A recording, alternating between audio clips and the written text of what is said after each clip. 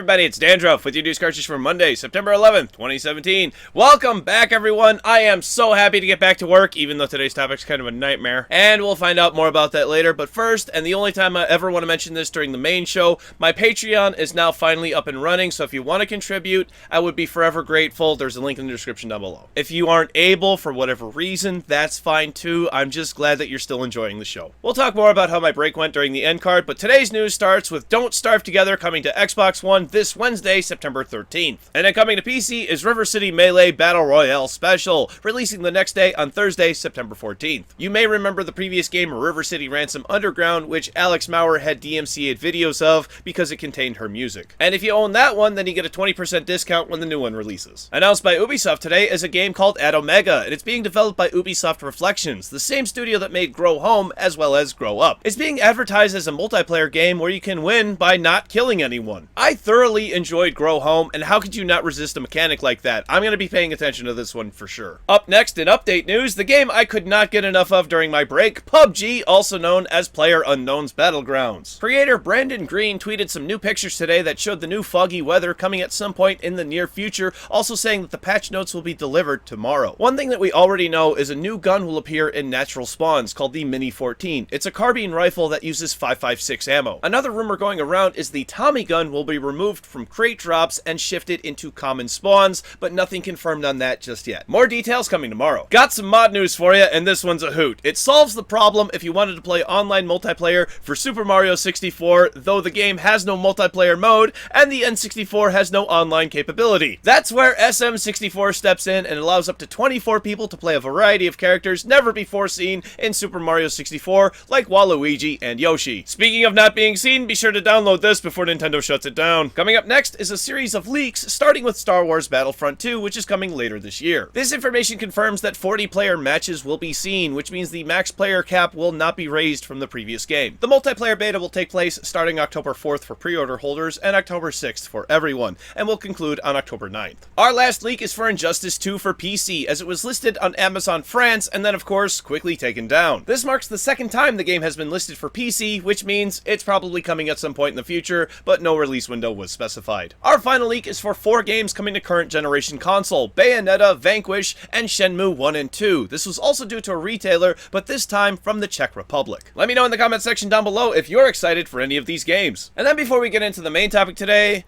let's talk about the SNES Classic. First of all, last week I went to a GameStop to try to pre-order the damn thing, and they literally refused my money. I am not happy about that, as you can probably tell. All I want is to be put on a list to be next in line to buy the damn thing, and that just seems like a foreign concept when it comes to this damn thing. But then, Reggie Fils-Aimé of Nintendo urges everyone to not overbid on an SNES Classic on auction sites. Also noting that people shouldn't have to pay more than the MSRP of $79.99 US. Well, then how about you make more than 35 of them? According to GameStop, Nintendo wouldn't let them take any more pre-orders. So it doesn't really make sense for Nintendo to say, don't spend any more than MSRP on it, but then not let you spend MSRP on it. This also means that Nintendo is aware of the secondary market sales that go on with their products. And unless they're willing to do something about it, like, I don't know, have their products on store shelves, then I have no doubts that the people who benefit from this the most are the scalpers. That is, if the current stock of the Switch, certain Amiibo, and the previous NES Classic have anything to say about it. And that brings us to our final topic today, and let's try something new. This happened yesterday.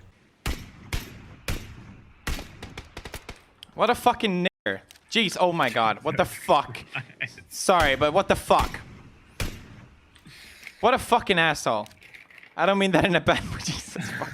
What was just seen is pretty one-sided. PewDiePie was playing PUBG, his friend was down, another player rushed over to kill his friend, and was called a racial slur. If you want to see the full, unedited version for yourself, there's a link to it in the description down below. Now, this has gone so many different ways in such a short period of time, and I want to cover this thoroughly. Now, we are going to start with what was said, which was the racial slur, undoubtedly said in anger in response to what was going on at the time. PewDiePie then corrects himself and calls the guy an asshole, which to me isn't really a defense and just re-emphasizes that this was done in anger. So then there's the question of, why did he go to this word? And the only reasonable conclusion anyone could come to is he uses this language in his everyday vocabulary. I do not believe that PewDiePie should be charged with a crime. I'm a believer that with the good, sometimes you have to take the bad, and I think hate speech is protected speech. My argument for that is horrible ideas are inherently horrible and will eventually lead to their own undoing. However, that doesn't mean he's free from consequence, and I expect him to lose sponsors as well as other professional relationships. And as such, a game developer has spoken out saying they plan to DMCA PewDiePie's video,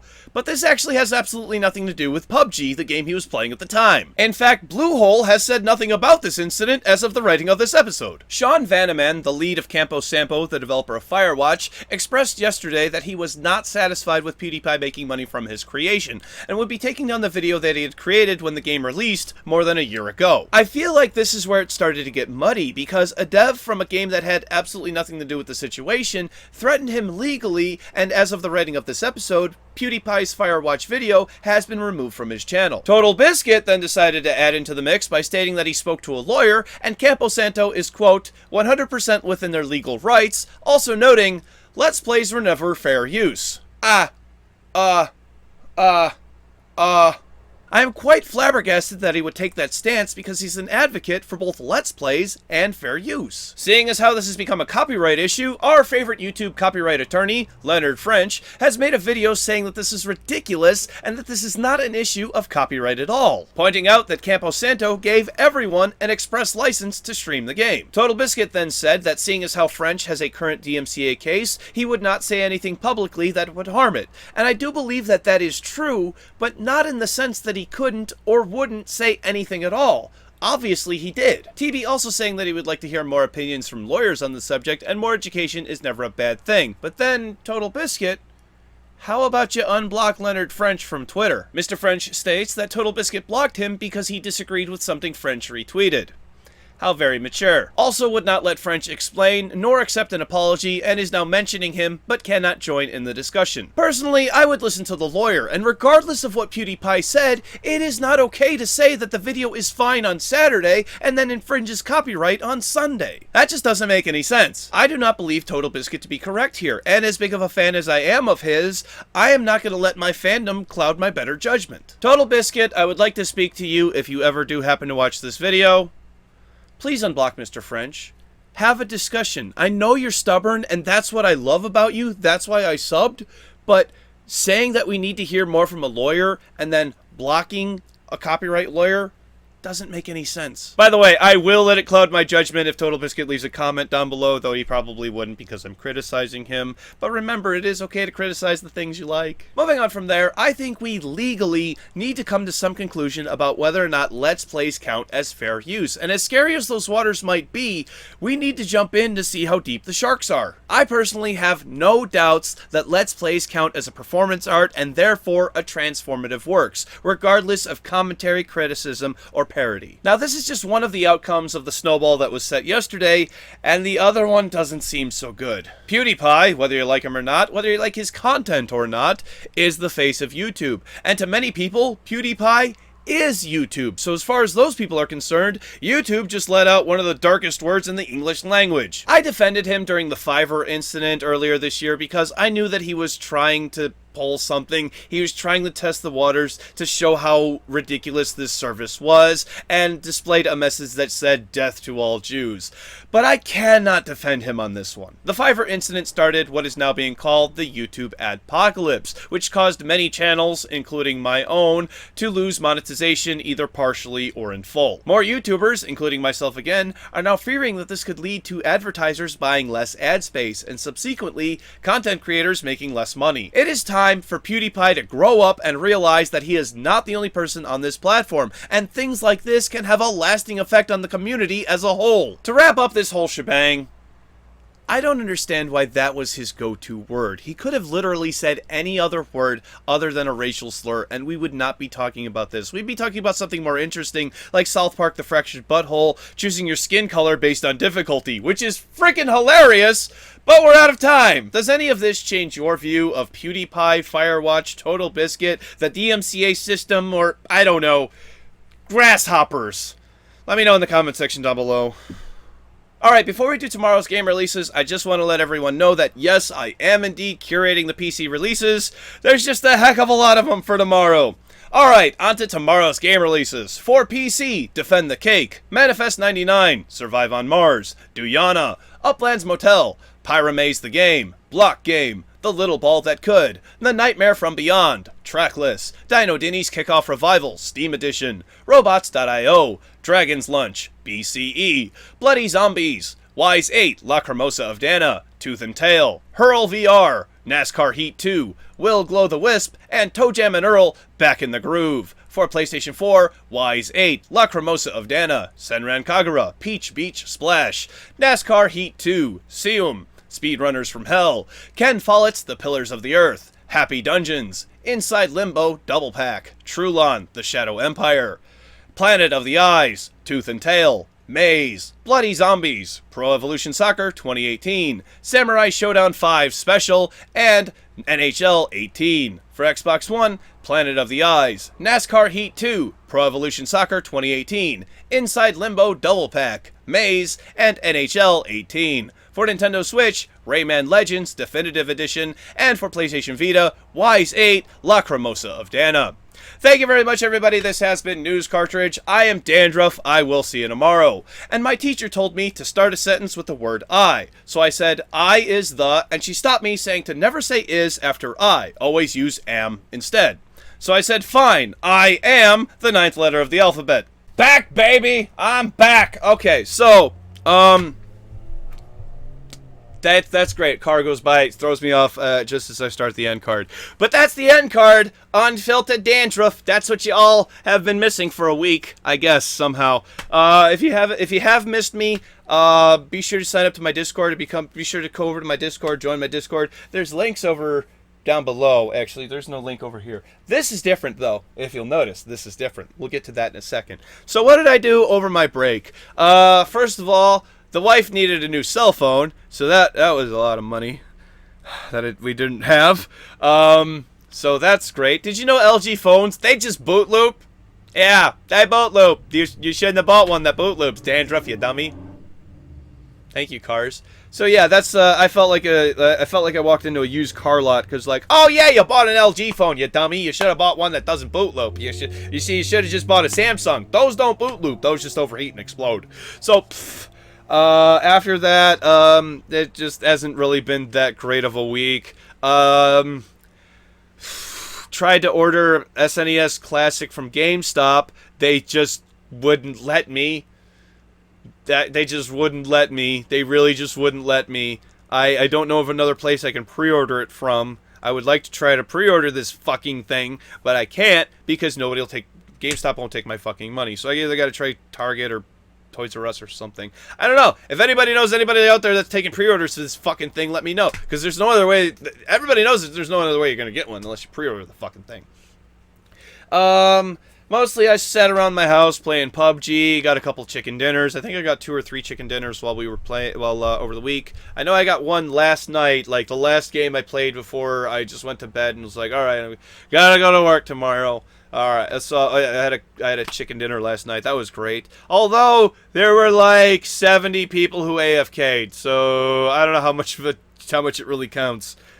What else did I do? Clean the house, made more pork. I don't know. So, Patreon is up and going. My Patreon is up and going. As you can see, there's a link over here. We got these all nice and done up. I fixed the YouTube or the Facebook link. That one's nice. We got everything. I like the layout of this a lot better. We got the Patreon link. Remember, if you want to give, please, I'd be so ever grateful. Thank you so much if you do. If you don't want to, thank you for watching and just sticking around. There's not going to be any difference between the people who are donating and the people who don't donate. If you do donate at least $5, you get access to a Discord channel that allows you to see what's going to be in the show for today, pretty much. If you would have if you would have had the thing for today, or if you do end up subscribing to it, you'll have access to that, and you can go back through and see all the articles of everything that I'm going to do today. Probably in the order that I'll do it, but that stuff may change, you know, here or there. I'm not going to keep it keep updating Discord to make sure that it's always there. If something gets removed, I'll say, or if something gets added, I'll add that. But otherwise, what's in the Discord is going to be what's in the show today. I think that works out well. I'm going to post the thumbnail when I'm done with that in the Patreon thing that lets people know that I'm editing the show, that lets people know that the show's getting processed. It's getting ready to go out. So far, I believe we've got 8 or 9 patrons. And, yeah, you can go check out how much. I'm not going to hide the dollar amount. I don't really have a problem with people knowing how much money I make from this. Especially if it's coming from public. It's like, I didn't ask. You don't ask when you have a tip jar out. You know, if you just have a tip jar out, you're not asking for money. I'm not asking anybody to go over and donate. In fact, if you go check my last video, I'm like, please don't go donate until this video, until you make sure that this is still the show that you like, okay? Because I'm going to try to do a little bit more with it. If you see, today's show is a little bit different. I'm trying to hone it out more. I'm never going to be done with it. It's never going to be done, because if it's done, I don't really feel like I don't want my creative process to be done. I think that's really what I want to say. It's like, I don't want the show to be perfect. I want to keep working on it and keep trying to make it better. And even if sometimes that means making it worse, you know, like, you know, in this instance, I don't think it's going to make it worse, but say curating the games list makes it worse because I'm not just having the sheer amount of PC games. Oh, fuck. Well, the camera's going to shut down. So there goes the long end card I wanted. Bye, everybody. Social media links are over here. Click over here to subscribe, and click over here to watch yesterday's episode where we talk, or not yesterday, it's the last episode where we talked about Twitch extensions, and the camera shut down already. This is a blank space. Hi. Oh wait, I've got this camera. I've still got this camera. All right, the behind the scenes stuff. I've already done the end card stuff. Bye, everybody. Bye.